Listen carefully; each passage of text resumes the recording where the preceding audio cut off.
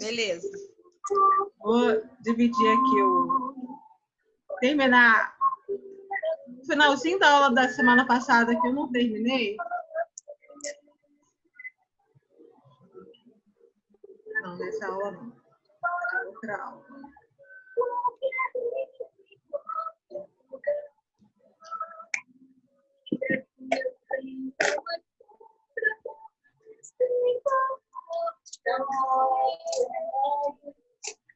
Essa aqui.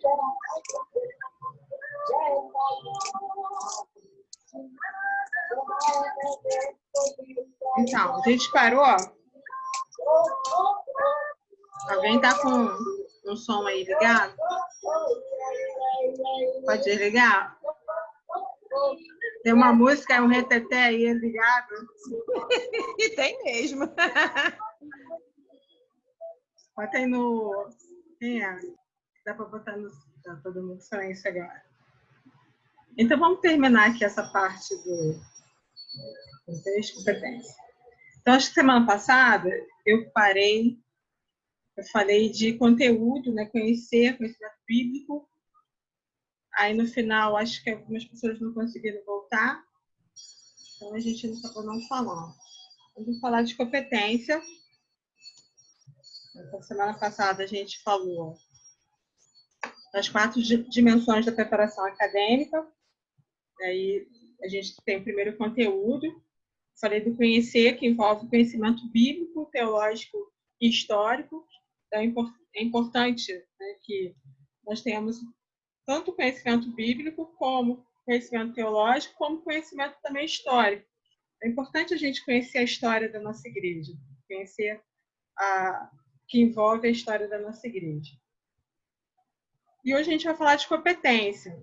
Então, a competência, ela envolve desenvolvimento de habilidades e destrezas profissionais que envolve a prática ministerial. Então, nós temos... Então, a competência está ligada ao fazer. Então, tudo aquilo que é ligado ao fazer envolve competência. O caráter. A gente tem desenvolvimento das qualidades pessoais do ministro, tanto na ética, na espiritualidade, nas relações interpessoais e familiares. Então, o caráter refere-se ao ser. A competência refere-se ao fazer. O caráter refere-se ao ser. E a primeira competência, que foi o conteúdo, está relacionado à parte cognitiva, a parte que envolve o conhecimento do mundo, o conhecimento de todas as coisas. Competência está ligada ao fazer e caráter está ligado ao ser.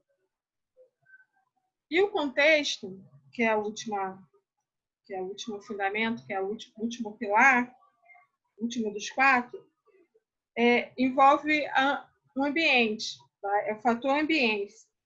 Ele está relacionado, né, então, com o lugar onde o ministro atua.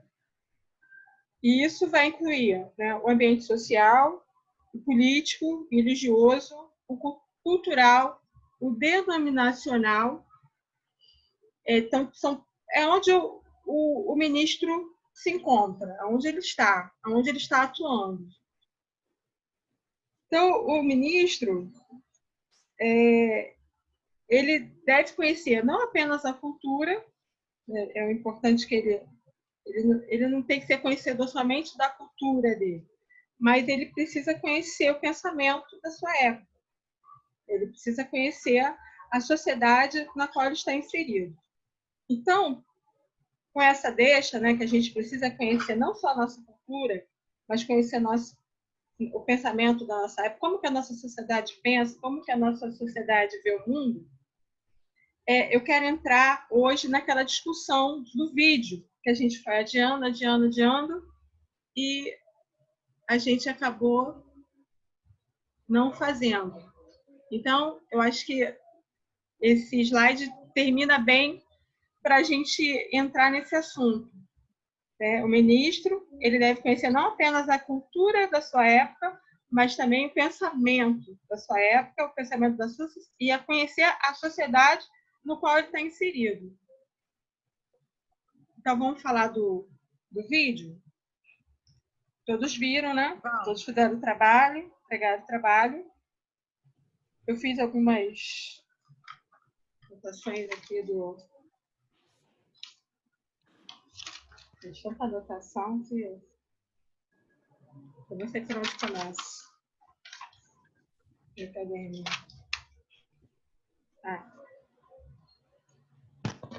Então, quem quer começar a falar sobre? Você achou de interessante? Eu achei interessante que, assim, a gente pode ter uma visão, como a senhora falou, de vários momentos da igreja, né? De vários momentos em que a igreja ela se torna uma igreja positivista ou ela se torna uma igreja mais voltada para o radicalismo e uma igreja mais voltada para valores mais contemporâneos também, né? Quando ele menciona acerca do antidogmatismo. E, assim, a parte em que passa muito pelo relativismo me fez pensar assim, em algumas igrejas como estão no dia de hoje, relativizando algumas coisas que, na minha humilde opinião, se Deus quisesse um dia futura pastora, não deveriam ser tão relativizadas. Entendeu? E aí, até quando eu fiquei com um pouco de dificuldade de enquadrar a Igreja do Nazareno nisso tudo, mas aí no finalzinho, quando ele fala sobre a parte de você ter regras, você ter normas, mas que essas normas podem ser discutidas, que elas podem, que a gente aceita que elas sejam discutidas, mas que a gente jamais vai abrir mão de que elas estejam embasadas biblicamente. Aí ali eu meio que eu enquadrei a Igreja do Nazareno ali por isso. Porque eu acho que a gente é muito assim, a gente tem... Tem regras, tem tudo, mas... A gente é gerido por uma Manual. junta, né? Mas ao mesmo tempo, a gente tem um pastor-presidente, é gerido por uma junta, mas ao mesmo tempo a gente não aceita qualquer tipo de coisa, né? Não é que a gente vai chegar lá... Não abre mão, né? Não vou.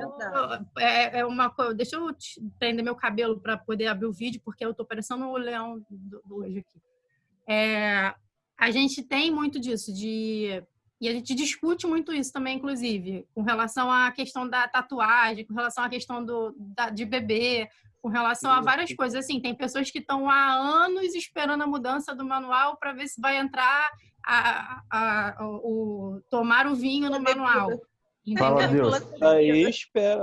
A gente vai meio que do relativismo, do positivismo, vai descendo, né, para aquele antidogmatismo que não é que nós tenhamos que ter dogmas, mas nós precisamos ter regras.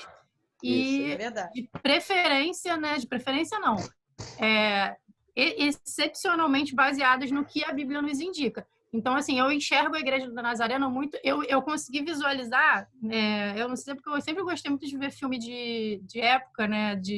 Aquele Nome da Rosa. E eu consegui visualizar muito a igreja da Idade Média, né? Minha mãe é professora de literatura, então a gente conversa muito. Lá em casa, na casa dela, a History fica ligado o dia inteiro. Então, assim, o tempo todo a gente fica vendo um pouco dessas coisas. E, assim, dá para ver muito um diferencial muito grande de lá para cá, mas também dá para ver que ainda tem muita coisa daquele tempo nos dias de hoje. Assim, foi o que eu consegui alcançar no vídeo. O objetivo assim, da gente passar esse vídeo para vocês verem, que é importante a gente sempre fazer uma autocrítica. A gente está sempre fazendo autocrítica. Porque, como ele falou, tem coisas que vão entrando de forma sutil. E às vezes a gente não percebe. Às vezes nós, como igreja, acabamos não percebendo. Então, essa pergunta está até na ementa de vocês. Eu não tirei, não foi da minha cabeça, não. Está na ementa. Tem essa pergunta lá para vocês. Eu até amenizei um pouquinho a pergunta. ela vai ter justamente para que vocês possam pensar.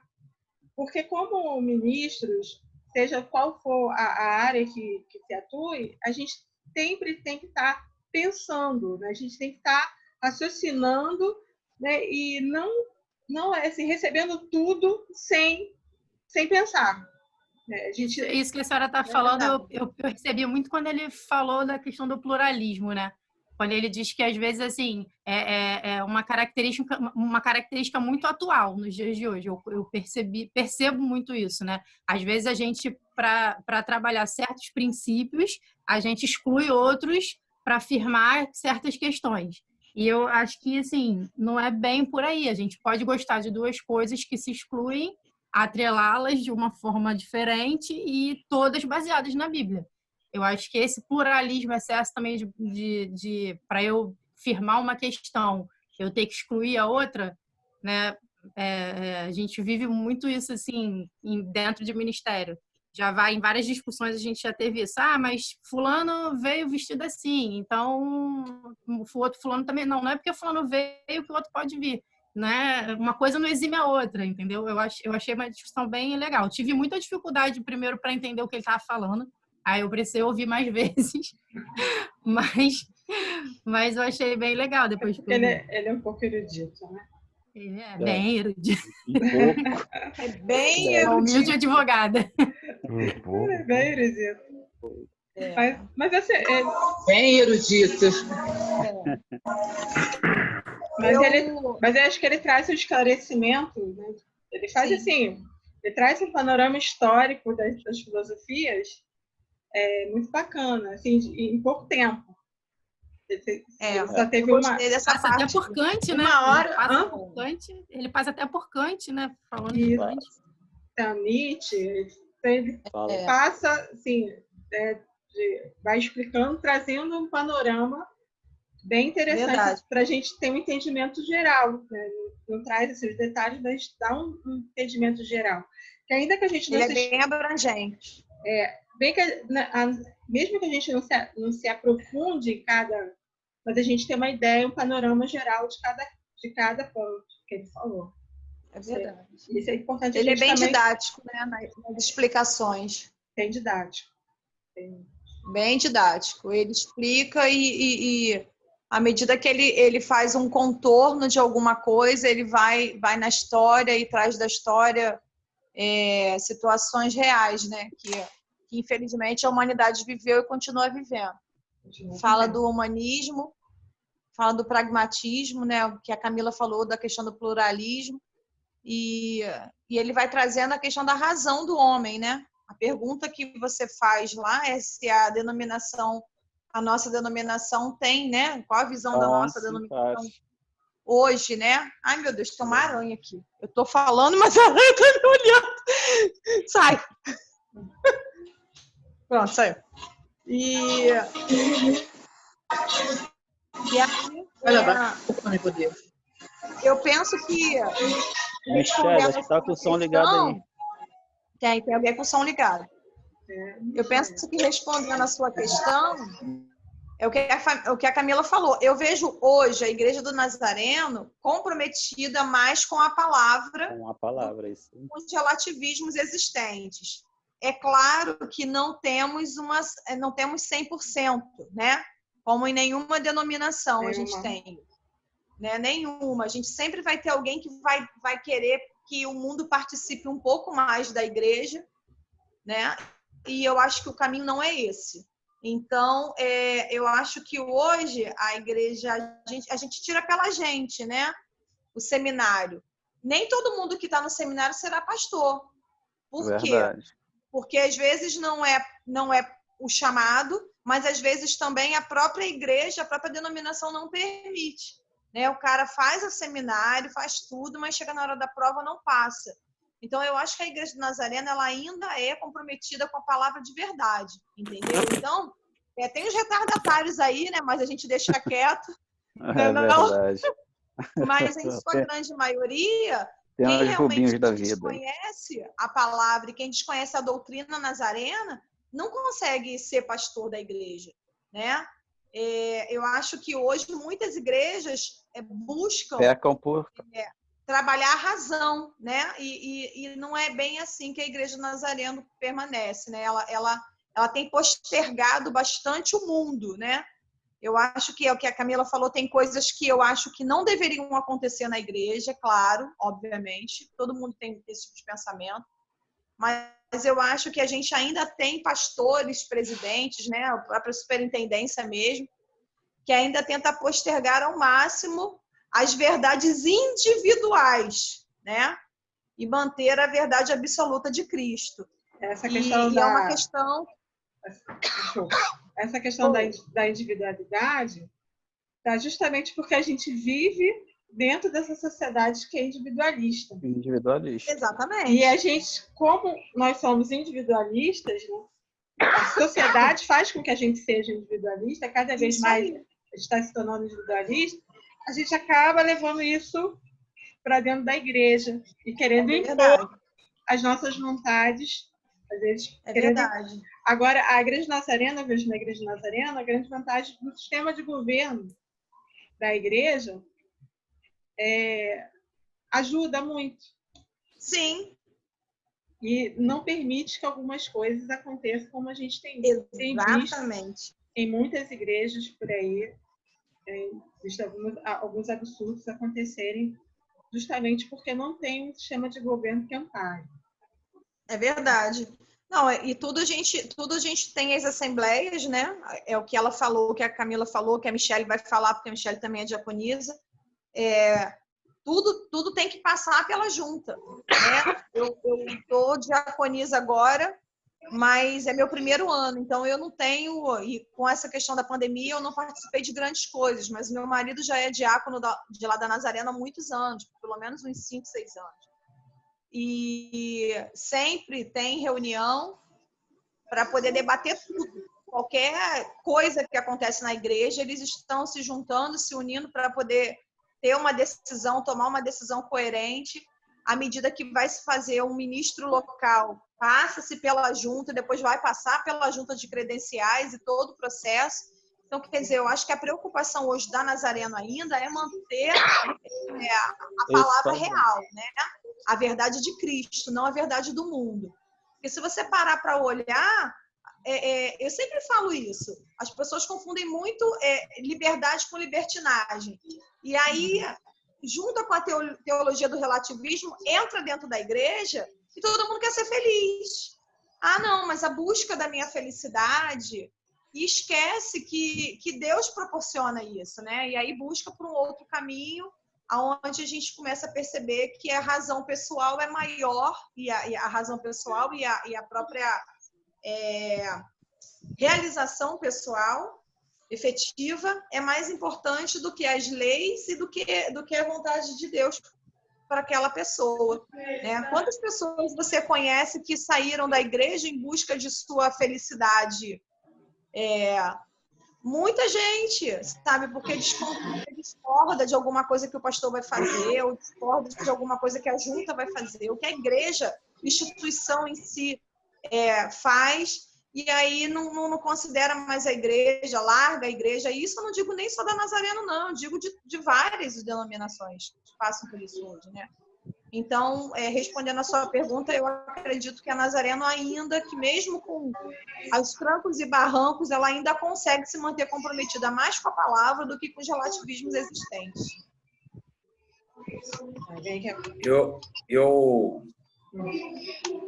O Ernest Maia já é um teólogo da teologia calvinista, né, professora? A gente vê que a teologia até alguns livros dele, que é muito sucinto quando ele vai por esse lado da teologia, principalmente nas bases, nos pilares da igreja calvinista, principalmente a igreja presbiteriana.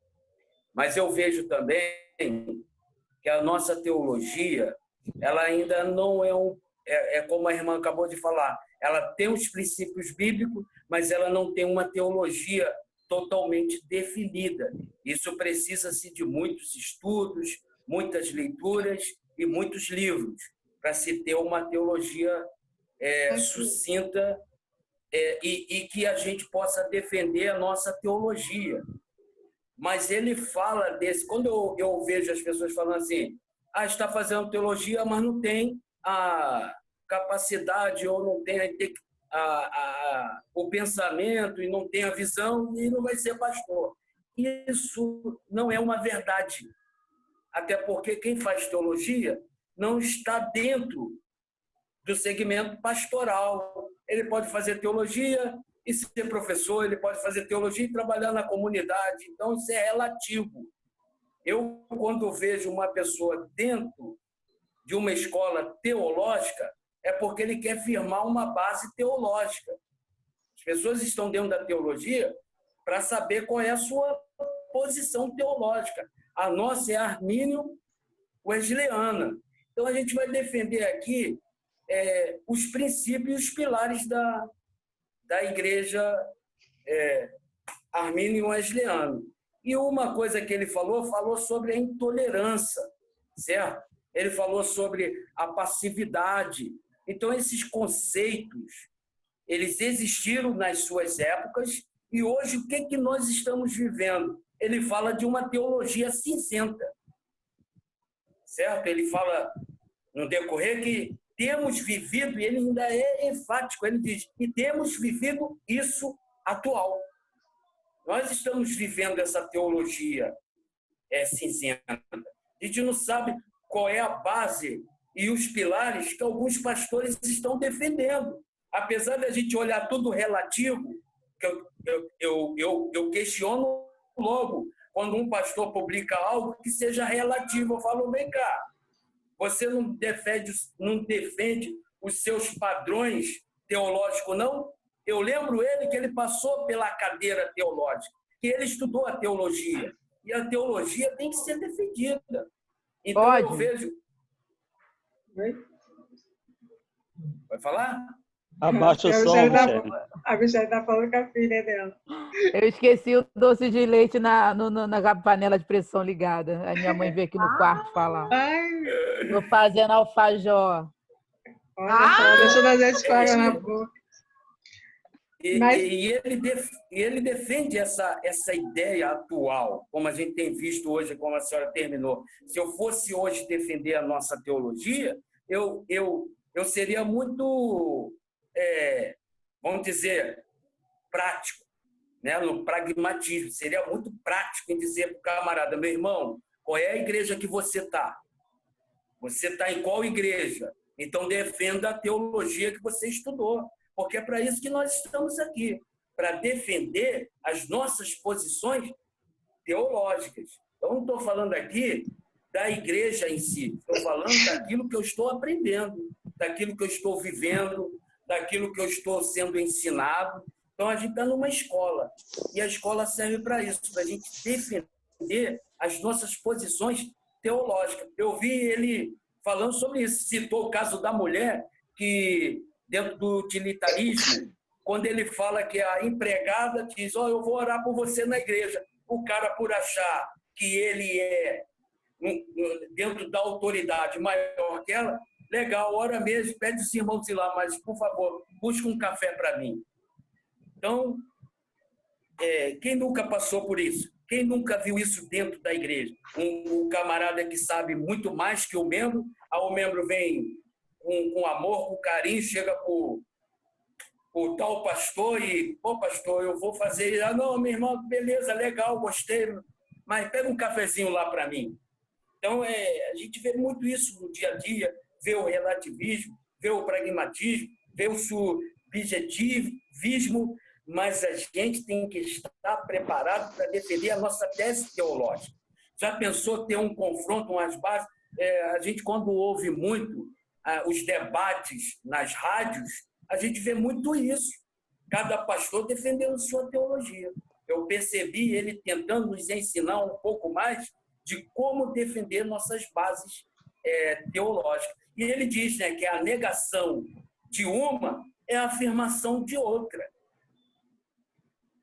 Cada um tem o seu conceito já doutrinário e teológico. Eu vi nesse aspecto. A Igreja do Nazareno, que tem tempo que eu estou trabalhando vocês, eu percebo que a igreja tem se preocupado com a questão da identidade, trabalhar a questão da identidade da igreja. A igreja, né, armênia wesleyana, né, existe uma preocupação, né, tanto no seminário, de formar pastores que tenham realmente intimidade com essa teologia. O Hermes Maia, apesar dele ser calvinista, nesse vídeo ele não vai tocar no assunto, né, sobre essa questão. Ele não traz essa questão sobre calvinismo. Ele traz somente traz à luz a questão de como que a igreja tem, né, se portado e tem em relação do que a igreja tem se defendido. Né? O que a igreja defende? Ele trabalha o cristianismo como um todo. Ele não trabalha a visão teológica de nenhuma denominação. De nenhuma denominação. Ele quer saber como que a igreja está se vendo como um todo. É isso que eu também entendi. Ele até é calvinista tudinho, mas ele não bota viés nenhum. Justamente. Ele deixa bem claro ali, ele faz um apanhado de uma visão geral do cristianismo em si ao longo dos anos e dos séculos, né? Ele vem falando da situação da Idade Média, e a gente estava bem na parte da religião, tudo ligado a Deus. Ele vem falando da parte do iluminismo e do humanismo, que aí começa a ver o homem como o centro de tudo e centro da razão. E aí a gente também leva isso ao quadrilátero wesleyano, porque o Wesley defendia também que se tinha que ter uma razão dentro da visão teológica, né? Por aí. Isso aí é uma experiência também. E uma experiência. Só que o humanismo e o iluminismo, ele começa a colocar o homem como centro da razão e acha que é só o homem. O homem passa a ser o ser adorado. E aí não é também essa visão. O que ele tinha de mais importante que era o relacionamento com Deus. Porque o homem ele foi criado para ter esse relacionamento com Deus. E o homem, ao longo do tempo, ele foi perdendo isso. Né? E para muitas das respostas que o homem ele não tem hoje para a sua vida, né? que é um lugar que está vazio, que só Deus preenche, o que ele fez? Ele colocou a droga, ele colocou o trabalho excessivo, ele colocou a sua né, Michele? Inúmeras situações. Ele fala sobre substituindo. E até hoje ele continua não achando, porque o vazio que tem no homem só Deus pode preencher. Só Deus preenche. E a gente que tem amigos, infelizmente, que não são evangélicos, a gente vê isso todo dia. Eu vejo isso no meu trabalho todo dia. Pessoas que têm um bom salário, pessoas que estão muito bem empregado, com emprego público, federal, mas não está feliz. Vazio que vocês têm, só Deus para preencher. E ele fala isso perfeitamente bem. Eu também tive dificuldade de ver o vídeo 2 vezes pela eloquência nas palavras, entendeu? Verdade. Mas, assim, o que eu hoje mais me preocupo é o relativismo dentro da igreja. É a situação do cristianismo hoje que não tem nada a ver, entendeu? Do mais simples ao que é mais a saia das costas nua a uma tatuagem. Eu ainda tenho dificuldade com isso. Estou um pouco melhor depois que fui para o seminário? Estou. Entendeu? Da aceitação de determinadas coisas. O seminário abriu um pouco a minha mente. Mas outras coisas, eu particularmente, eu estou na igreja desde os meus 6 anos de idade. Hoje não tem como eu aparecer com uma tatuagem na igreja. Eu acho que quem já fez tudo bem, mas não tem lógica uma mulher hoje com 40 anos chegar lá hoje tatuada e achar que é a coisa mais natural do mundo. Mas sabe por que ele falou? Ele deu ênfase em situações eu já tenho dificuldade. Esse relativismo, e isso é o de menos, porque também a gente tem hoje as igrejas que aceitam o homossexualismo, o lesbianismo e acham que não tem nada a ver, entendeu? A gente tem isso hoje. Pastores casados, homens casados com homens, mulheres casadas com mulheres e dizendo por aí que não tem nada a ver. Então, o relativismo da tatuagem e do piercing hoje é o de menos, né? Mas ele citou muito isso do relativismo, porque nós estamos vivenciando isso agora. Na Europa, isso aí já está muito cauterizado na mente dos europeus, na sociedade europeia. Isso aí já tem os ortodoxos, já casa os homossexuais. Essa vivência da relatividade, nós estamos vendo ela muito ativa por causa, ele até citou, da televisão, das informações, do contexto, do que nós estamos muito vivenciando. Se a gente parar, às vezes a gente não entende, se a gente parar de ver a novela 1 hora e lendo a Bíblia 1 hora, o que você vai ter mais? A novela ou Deus? Então as pessoas só param para o domingo ir para a igreja e segunda a sábado ver novela. Então isso depende muito do altar que está se saindo a teologia. Se nós estudarmos um pouco mais e passar um pouco mais para o povo e ser a própria testemunha de vida para esse povo, aí sim alguém há de nos seguir. Eu vejo muito isso. Às vezes eu vejo muito isso. O camarada ele pode ver a tatuagem, mas ele não fala da tatuagem, porque vai ofender. Ele vê o homem bebendo, mas ele não fala da bebida, porque vai constranger. Então, ou ele vive Deus, ou ele vive o mundo. O mundo está aí. O pluralismo. Né? Aí entra no pluralismo. O pluralismo, é isso aí. Ele é tão grande que os altares tá bem humanizado para agradar o homem.